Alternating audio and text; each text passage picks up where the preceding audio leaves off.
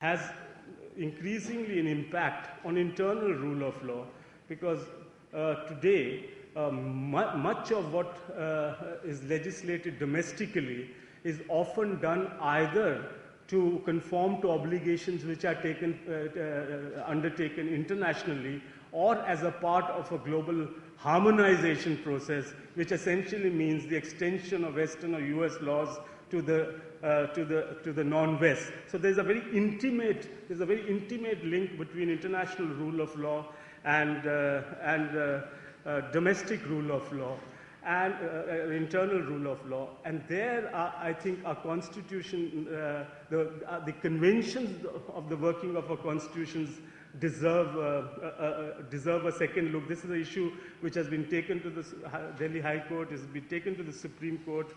They have not given the argument much weight, but in simple terms, it is the following: that unlike at the time of independence, today India is entering into international treaties which involve the ceding of what one can call sovereign economic and social space, and their relocation to international institutions, whether they be the WTO, IMF, and the World Bank, etc. And that this ceding is done simply through the exercise of executive power. That is, in India, treaties are ratified by the executive, and only then, when the implementation legislation is necessary, that they come to the Indian Parliament for its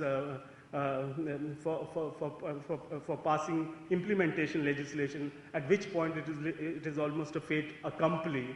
It's a fait accompli to the Parliament, because you cannot go back on international obligations. And the argument that is being made by many sections in the civil society is that the Indian Parliament now needs to pass a legislation under entry 14 of list 1, which is the union list, which authorizes the Indian Parliament to say that as so far as ratification of crucial international law treaties is concerned, it should require the prior acquiescence, prior endorsement of the Indian Parliament before the executive can do so.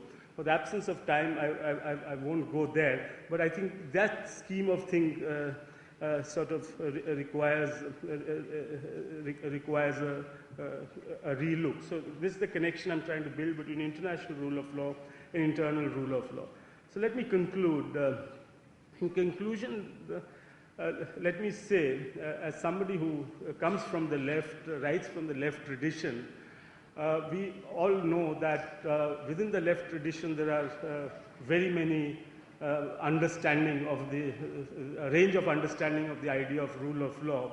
And one very, very well-known formulation came from perhaps one of the most eminent British historians of the 20th century, which is Professor E.P. Thompson, in his well-known book Whigs and Hunters, where he said that the rule of law was an unqualified human good, and that is an inheritance that we all need to cherish.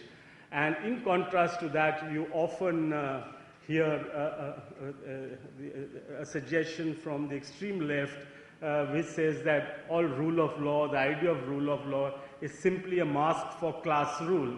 That basically the idea of rule of law is used as an instrument of domination, as an instrument of subjection.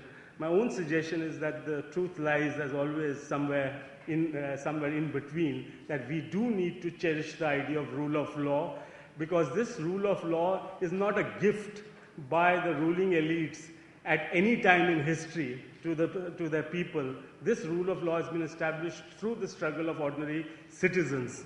For example, at the international level, through the struggle for decolonization; at the domestic level, through the struggles of civil society, through the survey of the working classes, etc. So we need to cherish it. At the same time, we shouldn't be, I would say, even seduced into believing that somehow the idea of rule of law, the belief in the idea of the rule of law is enough. Yes, it is in a sense a necessary condition, but not a sufficient condition for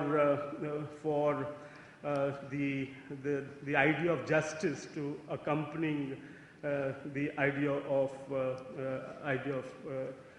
rule of law.